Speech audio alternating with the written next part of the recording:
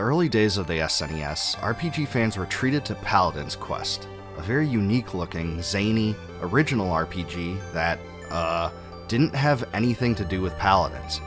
The game was fairly polarizing, but it did gain appreciation in some circles. Still, many of the fans that did enjoy it would probably be surprised to know that it actually had a sequel. Lennus 2 Fui no Shito, or Apostles of the Seals, was released in Japan only in 1996. Amazingly, the game's development spanned 4 years, an unprecedented period for a Super Famicom title. It featured the same creative team, developer, and publisher, but it wasn't released until well beyond the glory days of the system. This was pretty unfortunate too, because the game incorporated some interesting improvements over the original, while still maintaining its trademark quirks. Thankfully, a fully functional English patch was released by a translation team called Magic Destiny, which gives us all the chance to play it now. I'll include a link to the patch in the description as always.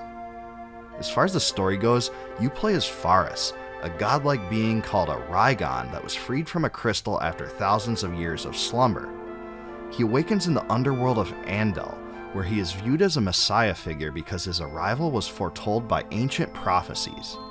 According to the legend, his destiny is to fulfill the Great Union, an event that brings together several small islands after years drifting apart, and to restore the land to its former prosperity.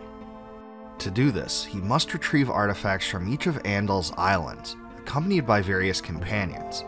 At the beginning of the game, you are actually given the choice of which ones you want to bring along with you.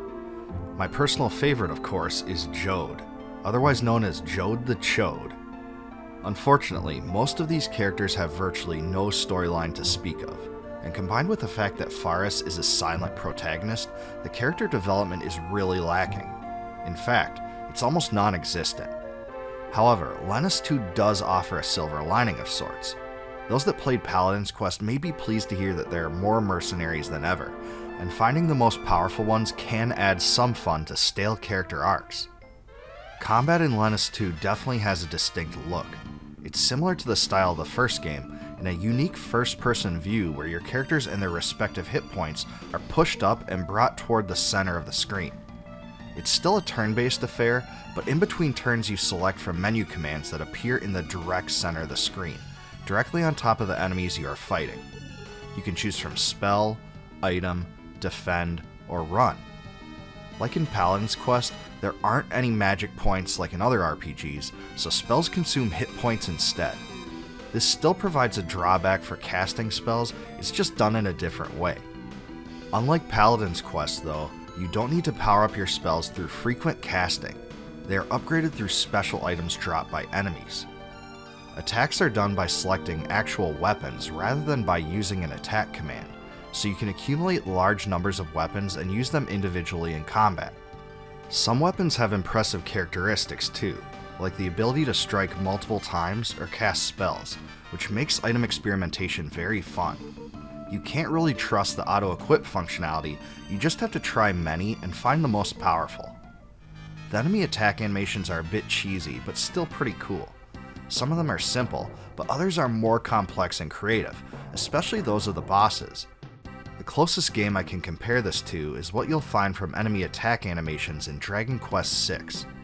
Each spell also has a graphical effect, and these are a little more lackluster.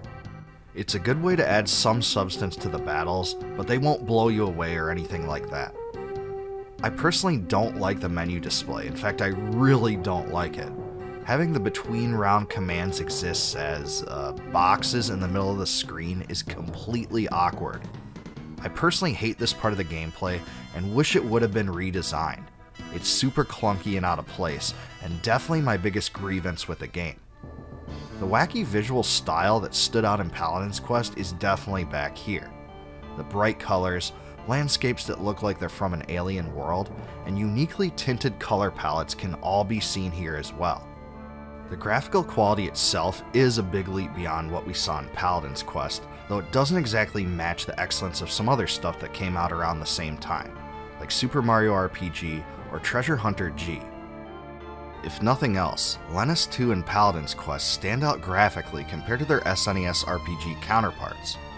Also, there are a lot of moments that link the storyline from Paladin's Quest into this one, so those that enjoy that sort of thing will definitely get a kick out of the game's final chapters.